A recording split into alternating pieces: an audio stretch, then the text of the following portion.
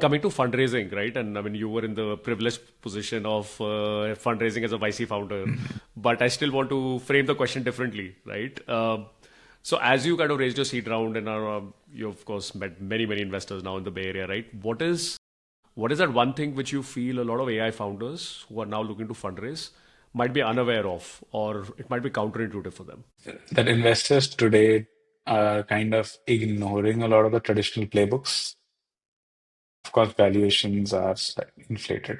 Like there's no doubt to that. But having said that, I think a couple of things that I believe in is still raising a seed round at 60, $70 million, $80 million with barely any traction kind of is shooting yourself in the foot because you have to live up to it. At some point, it will come back to bite you. That market is not always going to be this gung-ho, and they will have some problem at some point.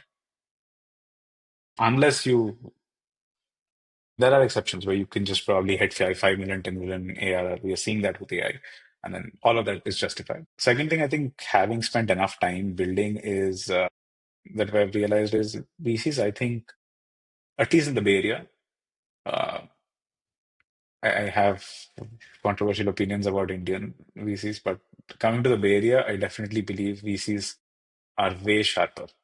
They are way sharper. They understand your product industry through and through. So don't hand wave. If there's something you have spoken about, go deeper. Don't give an Apple-like presentation. Don't give a WWDC. Don't give a WWDC presentation at the end of the day. Don't hand wave. Talk about the core problems that you're solving for. They actually probably understand. There are VCs that have been engineers, staff engineers, ML engineers, and they understand uh, tech.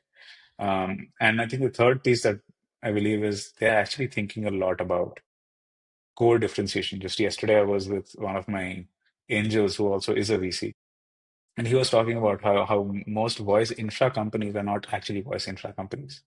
When I was talking to him about our real-time infrastructure that we are building, he's like, that's actually infrastructure.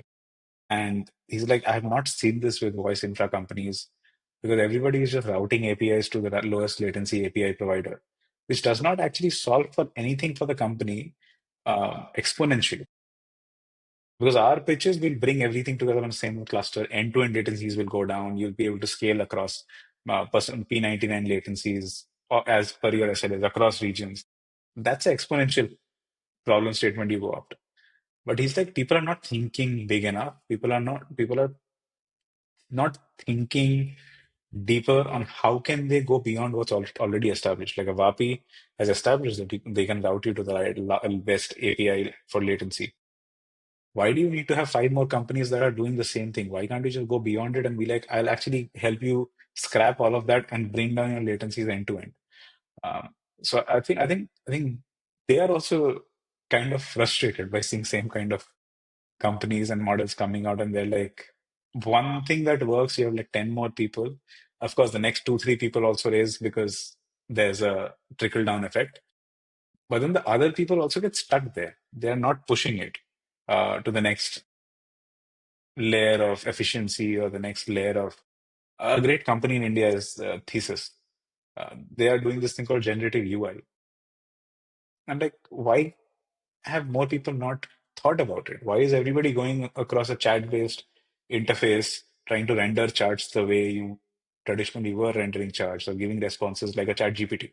These people have just flipped the pitch and they are building their own form of responses that a LLM can give.